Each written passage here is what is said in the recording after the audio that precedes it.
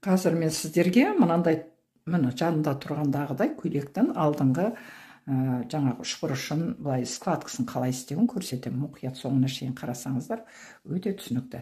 Міне біздің түпнұсқамыз былай. Бұл YouTube каналында мен салып үйреткенмін. Бұл 46 размер.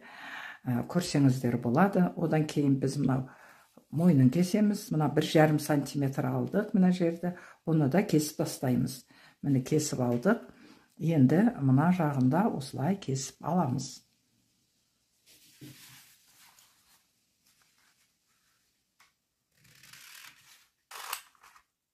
Ой, міне.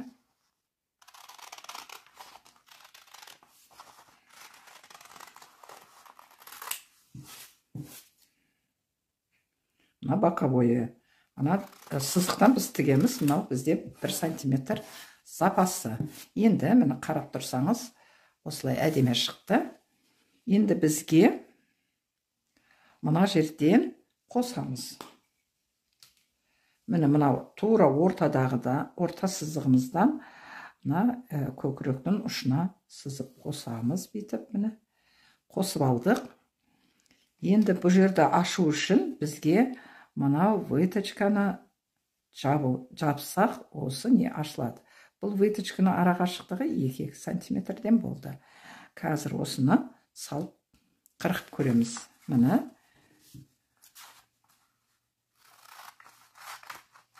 Бұлай қырқып аламыз. Үзіп алмай. Енді бізге мына жерінде кесеміз. Тура солай.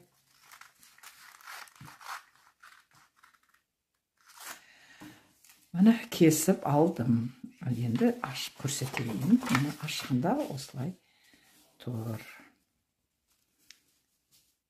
Енді бұны айттым, мына выточкасын жабамыз. Міне қараңыз.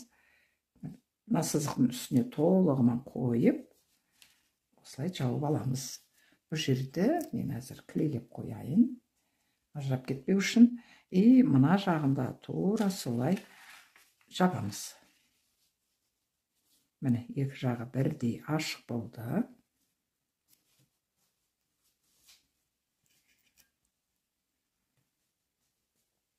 Міне, жауып алдық.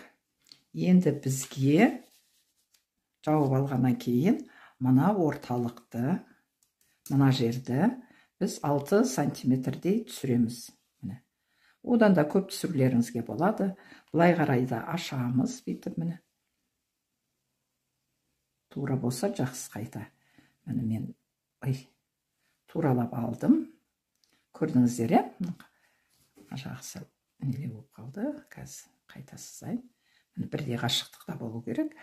Үстіп сызып алдық. Енді осы жерді кесіп алып тастаймыз.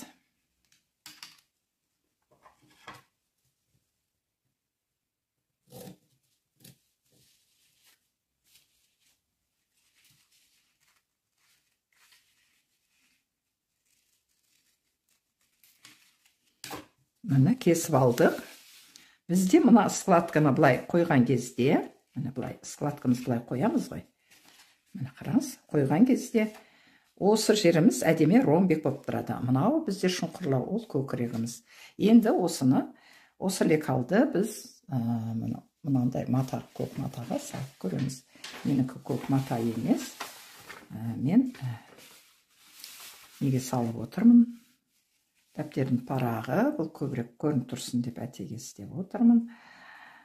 Міне осыны қазір біз сызып аламыз.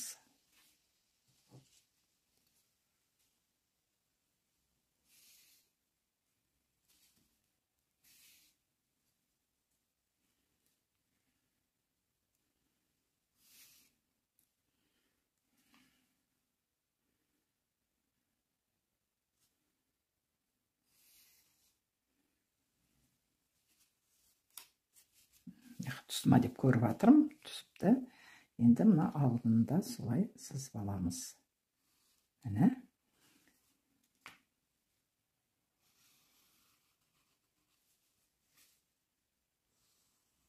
Міне тура осы лекалманан пішіп аламыз. Бізде мына жер сәл жапқанда үшбұрыш болды. Үшбұрыш емес, сіздер түзеп алып жіберіңіздер. түзу болу керек бүйтіп. И мына шетте тура солай аласыздар. Міне түзу қылып аламыз. Проймасы мынау. Иығы. И мойны.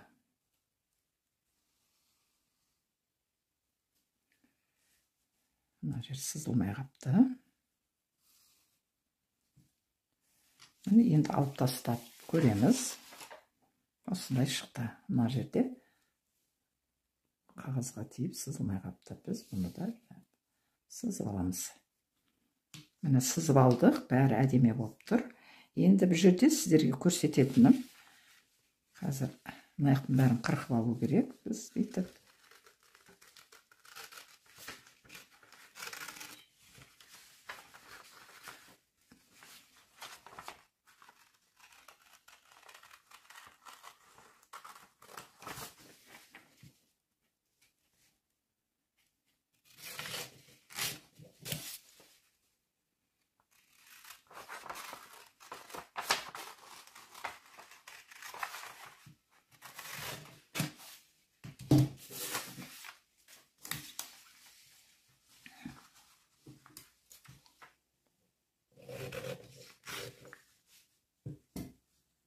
мінекей, енді мына осы екі шеті бұл бізде складка болады. Міне көрсеңіз, былай складкамен жабамыз. Міне бұяғында и бұяғында. Міне сол кезде мына жерде біздің плиточкамыз әдемі болып тұрады. Міне көкірегіміз осылай тұрады. Мынау артығын, мына тұрған артықты біз кесіп тастаймыз бүйтіп. Осылай кесіп тастаймыз. Мұқият және қарабаңыздар. Бұлай сыздық. Одан кейін мынаны соңына шейін сызасыздар линейкаманы. Мен қазір сызып көрсетейін сіздерге. Міне бүйтіп сызып алдым. Мына жағында солай сызып аламыз. Мінекей, осылай сызып алдық. Енді біз осыны кесеміз. Мен 1 сантиметр ішкере керек алдым. Қатты кең қылып қойғанмын. Енді осыны кесіп тастаймыз.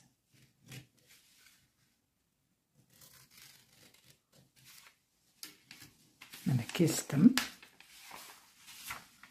Кескеннен кейін қараңыз, енді қазір біз мына біреуін бүктейміз.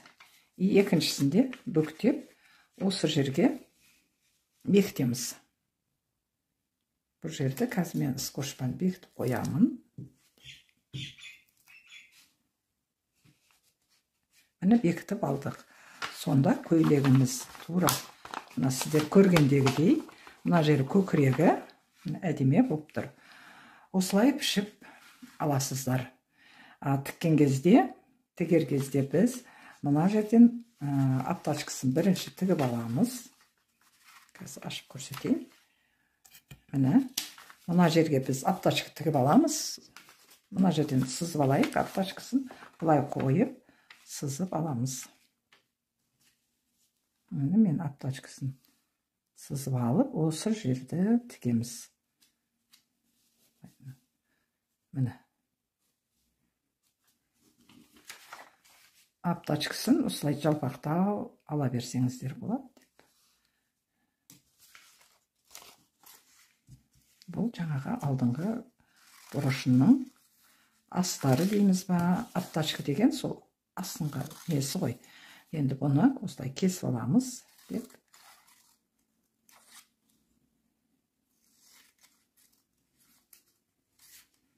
Кесіп алдық. Осы көйлегімізге бұлай қойып, мына жерден тігіп шығасыздар. Бірінші осы жері тігіледі. Мерге насечка бересіздер, сөйтіп мұқият астына қарай аударып жібересіздер. Міне астына аударылғанда осылай тұрады. Осыны тігіп болғаннан кейін барып, сіздер міне осыны тігіп боласыздар бүйтіп. Содан кейін мынаны қосасыздар бүйтіп. Міне бұлай қосып, клейлеп қоямыз. Мына жерін. Артық жайларын кесіп алып тастайсыздар. Міне көрдіңіздер қалай болатынын, тура осылай пішіп тігіп көріңіздер. Бұны былай қарай свободный, прямой көйлек қылсаңыз да болады. Или кофта істесеңіздер де болады.